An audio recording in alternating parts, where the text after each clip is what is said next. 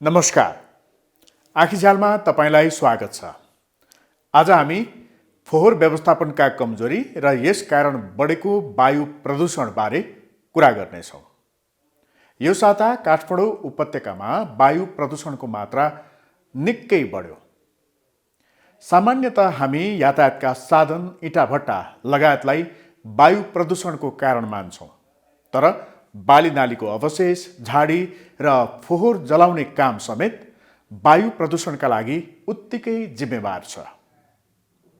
फोहोर घटाउनुहोस् या आगो ताप्न, आगो बाल्ने काम जाडो महिनामै हुन्छ। क्लिन एनर्जी नेपालसँगको सहकार्यमा फोहोर व्यवस्थापनको कमजोरी, यसका कारण बढेको वायु प्रदूषण, समस्या र समाधानका उपाय समेटेर तयार पारिएको यो विशेष भिडियो सामग्री।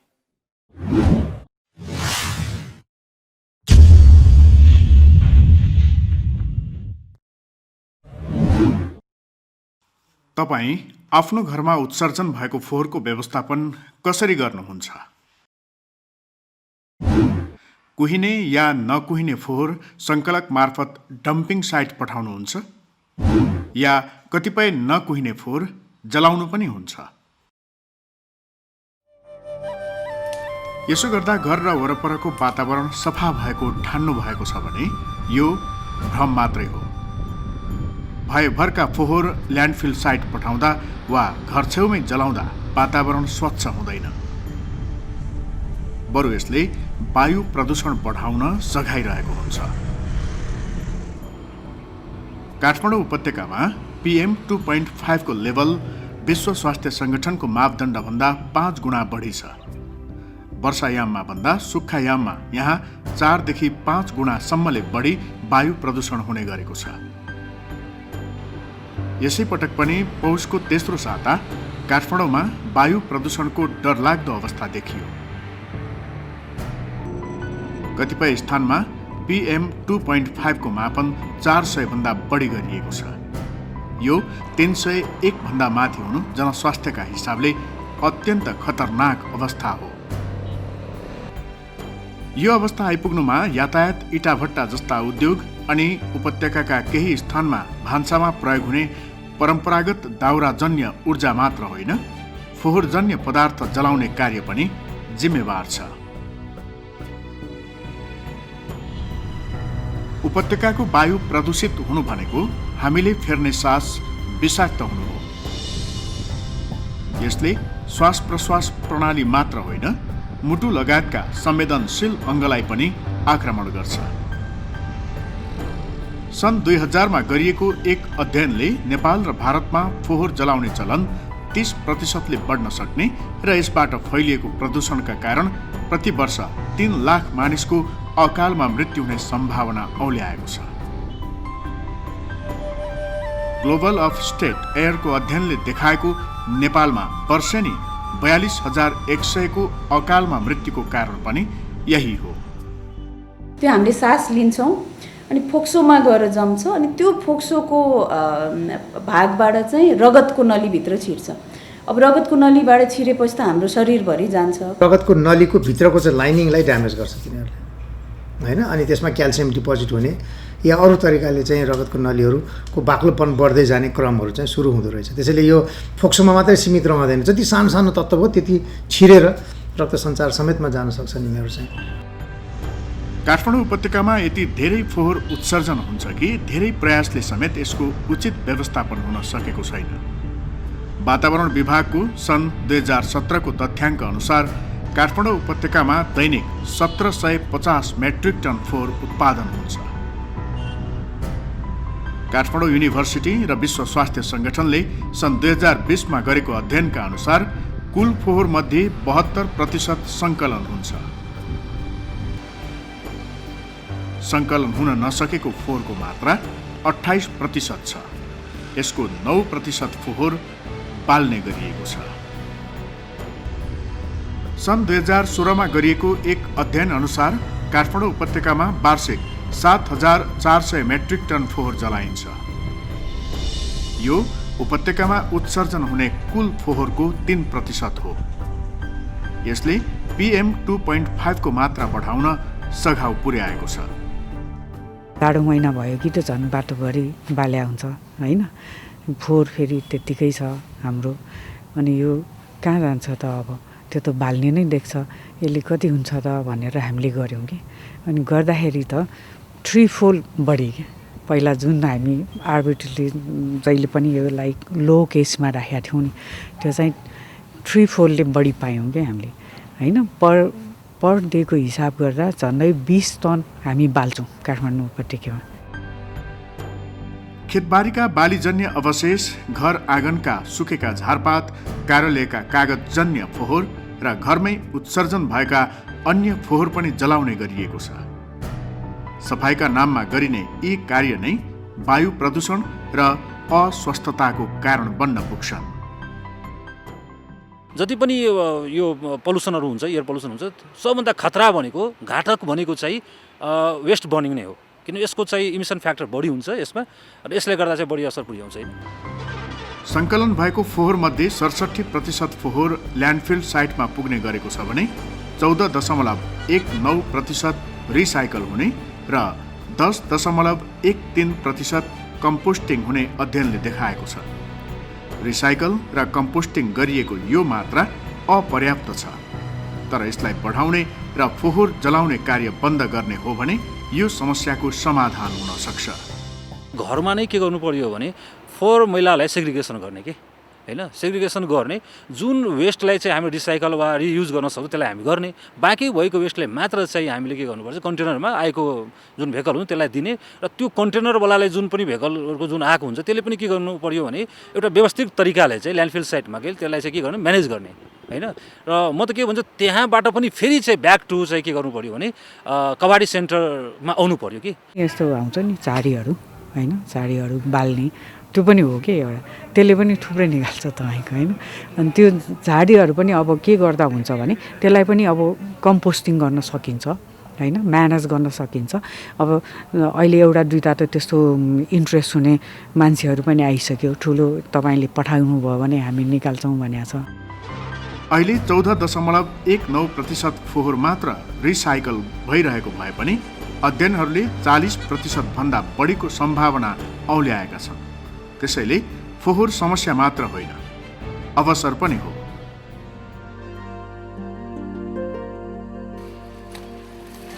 फोहोरबाट प्रदूषण फैलाउने होइन, बरु त्यसलाई आर्थिक उपार्जनको माध्यम बनाउने व्यक्ति, परिवार, समूह र संस्थाहरू उपत्यका र उपत्यका बाहिर पनि प्रशस्त छन्।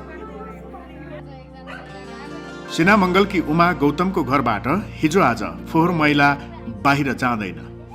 उनी घरबाट निस्कने कुहिने फोहोर कम्पोस्ट बिनमा राखेर तथा गण्यौलालाई खुवाएर मल तयार पार्छन्।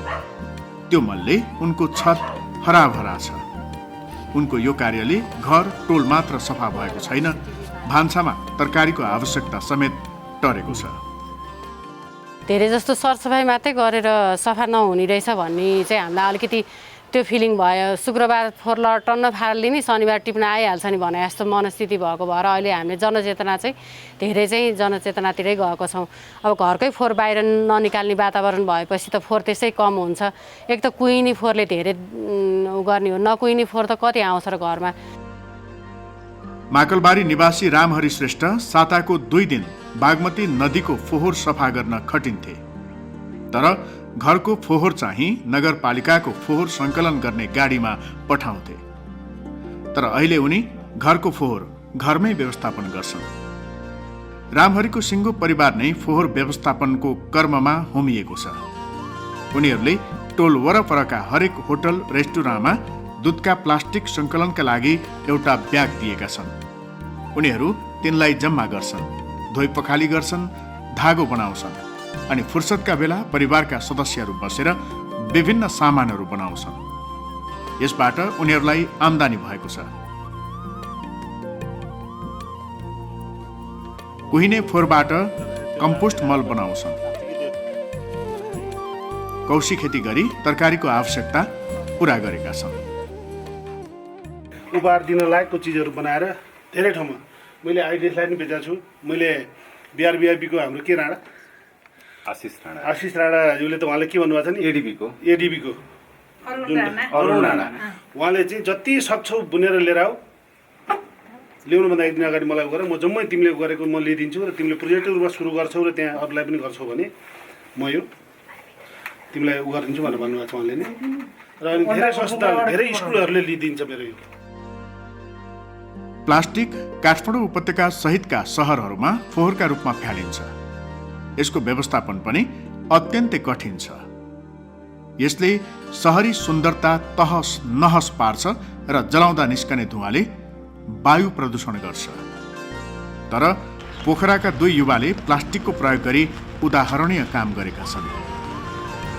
ग्रिन रोड वेस्ट म्यानेजमेन्टका इन्जिनियर विमल बास्तोला र राजीव सुवेदीले नयाँ प्रविधिको प्रयोग गरी प्लास्टिक पेलेर सडक कालोपत्रे गरेका छन्। यस्तो सडक कीर्तिपुरमा पनि बनाइएको छ। काठमाडौँ उपत्यका, अन्य ठाउँ र देशका अन्य सहरहरूले समेत यसबाट प्रेरणा लिए फोहोर व्यवस्थापनमा सहयोग पुग्छ।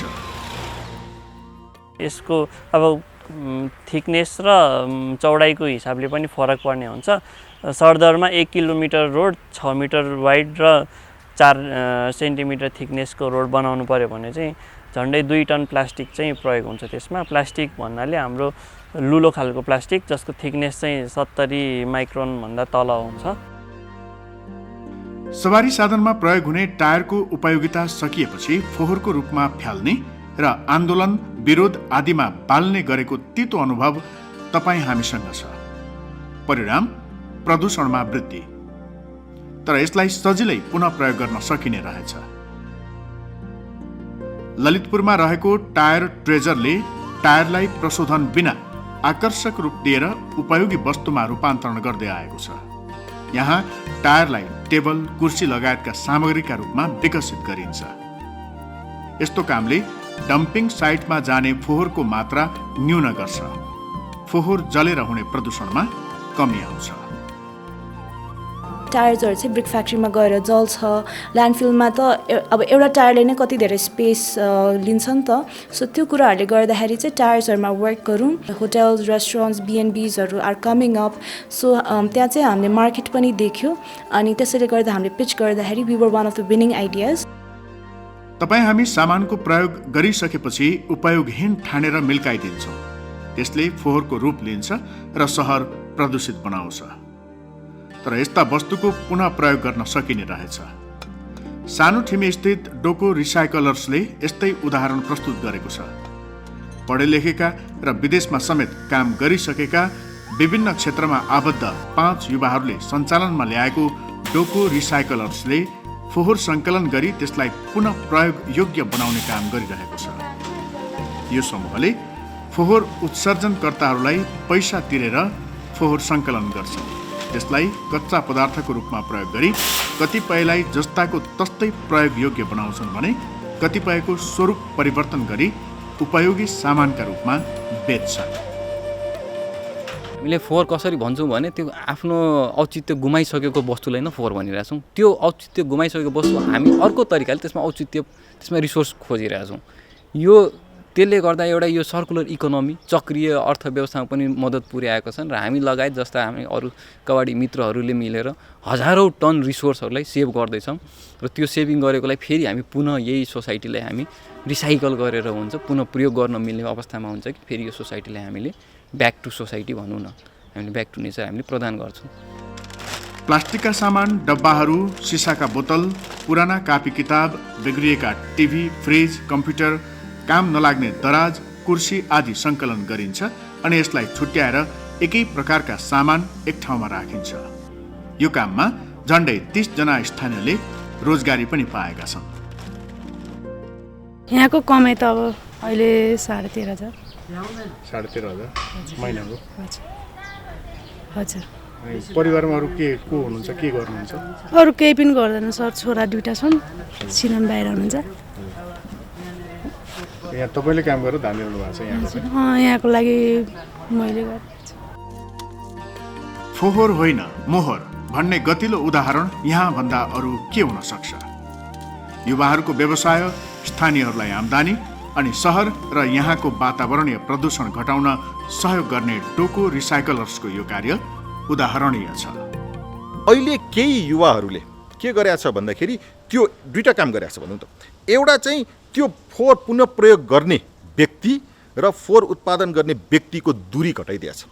जस्तै भनौँ न, खाली cc.com ले के गर्छ भन्दाखेरि मैले चाहिँ फोन गऱ्यौँ अथवा चाहिँ अनलाइनबाट मेरो चाहिँ फोहोर छ पिकअप गर्न आउनु भनेपछि त्यहाँबाट कोही मान्छे एकजना आउँछ, एकदम आइडी लिएर आउँछ, मैले फोहोर बेचेर पठाउनु पाउँछु। जस्तै डोको रिसाइकलर्सले जुन रिसाइकल गर्न गाह्रो सामानहरू छन्, जस्तै इलेक्ट्रोनिक वेस्ट भयो, उहाँहरूले रिसाइकल गरिरहेछ। अर्को ब्लू वेस्ट भन्ने कम्पनी छ, त्यसले यो कम्पोस्ट गरिरहेछ, जुन फोहोर टिप्न आउने मान्छेले लिँदैनन्, जबकि 50% भन्दा बढी फोहोर भनेको कुहिने फोहोर हैन। त्यसैले कम्पोस्ट गर्ने काम उनीहरूले गरिरहेछ। त्यसै गरिकन अन्य पनि धेरैले गरिरहेछ। टायर ट्रेजर भन्ने कम्पनीले टायरलाई लिएर बडा राम्रो चाहिँ फर्निचरहरू इत्यादि बनाउन थालेको छ। त्यसैले यसरी युवा उद्यमीहरू यो सेक्टरमा आउनु भनेको निकै राम्रो हो र यसलाई सरकारले सहयोग गर्नुपर्छ। नीतिगत कुरा गर्ने हो भने 2076 फागुन 12 गते मन्त्री परिषदबाट पारित भएको काठमाडौँ उपत्यकाका लागि वायु गुणस्तर व्यवस्थापन कार्ययोजना 2076 ले वायु प्रदूषणको एक कारक फोहोर व्यवस्थापनलाई प्राथमिकताका साथ सम्बोधन गरेको छ। उद्योग एवं अस्पताल जन्य तथा घरायसी एवं कृषिजन्य फोहोरको व्यवस्थापनका लागि कार्ययोजनाले समेटेका केही मुद्दाहरू यस्ता छन्। उद्योग अस्पतालको नियमित अनुगमन गरी खुल्ला रूपमा फोहोर जलाउने गरेको पाइएमा कानुनी दायरामा ल्याउने, घरायसी एवं कृषिजन्य फोहोर जलाउने कार्यलाई कानुनी रूपमा प्रतिबन्ध लगाउने, घरायसी तहमा कम्पोस्टिङको प्रवर्धन गर्ने, अस्पताल, स्वास्थ्य संस्था र उद्योगहरूबाट निस्कने जोखिमपूर्ण फोहोरलाई निर्मलीकरण गर्नका लागि उपत्यकामा कम्तीमा 2वटा इन्सिनरेटर सहितको सेन्टर ट्रिटमेन्ट फेसिलिटीको स्थापना गर्ने, उद्योग अस्पतालबाट निस्कने फोहोरको अनिवार्य रूपमा अभिलेख राख्ने कुराको सुनिश्चित गर्ने, फोहोर मैला उठाउने प्रणालीलाई प्रभावकारी बनाउने तथा सार्वजनिक स्थानमा फोहोर मैला फ्याँक्ने प्रचलनमा प्रतिबन्ध लगाउने, फोहोर जलाउने कार्यले मानव स्वास्थ्य र वातावरणमा पार्ने असरका सम्बन्धमा जनचेतनामूलक कार्यक्रम सञ्चालन गर्ने। अब हरेक व्यक्ति र परिवारले फोहोर व्यवस्थापनमा भएका अनुकरणीय अभ्यासमा आफूलाई समेत लगाउनुपर्छ। घरको फोहोर घरमै व्यवस्थापन गर्नुपर्छ। पुनः प्रयोगको बानी बसाल्नुपर्छ। बालीजन्य अवशेष र अन्य फोहोर जलाउने काम बन्द गर्नुपर्छ। राज्य र तिनका निकायहरूले फोहोर व्यवस्थापन कार्ययोजनाको पूर्ण कार्यान्वयन गर्नुपर्छ। यति हुन सक्यो भने महानगरपालिका र नगरपालिकाहरूलाई डम्पिङ साइटको व्यवस्थापन कठिन हुने छैन।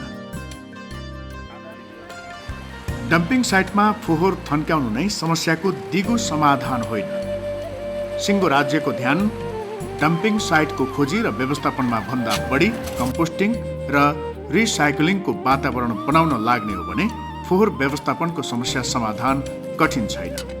यसले उपत्यकाको वायु प्रदूषण नियन्त्रणमा समेत सघाउनेछ।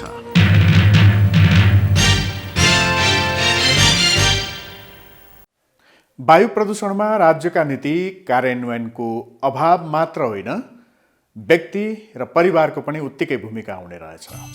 त्यसैले फोहोरको व्यवस्थापन आफै गरौँ, फोहोर जलाउने कार्य बन्द गरौँ। आँखीजाल कार्यक्रम फेसबुक र युट्युबमा पनि हेर्न सक्नुहुन्छ। hakahakionline.com मा आँखीजाल हेरी त्यसै मार्फत सुझाव सल्लाह पठाउन सकिन्छ। वातावरण र दिगो विकासका विविध मुद्दाबारे जानकारी लिन हाकाहाकी एप डाउनलोड गर्न सक्नुहुन्छ। हवस् त, आजको आँखीजाल यति नै। अर्को साता यही समयमा समसामयिक विषय लिएर हामी फेरि आउनेछौँ। नमस्कार।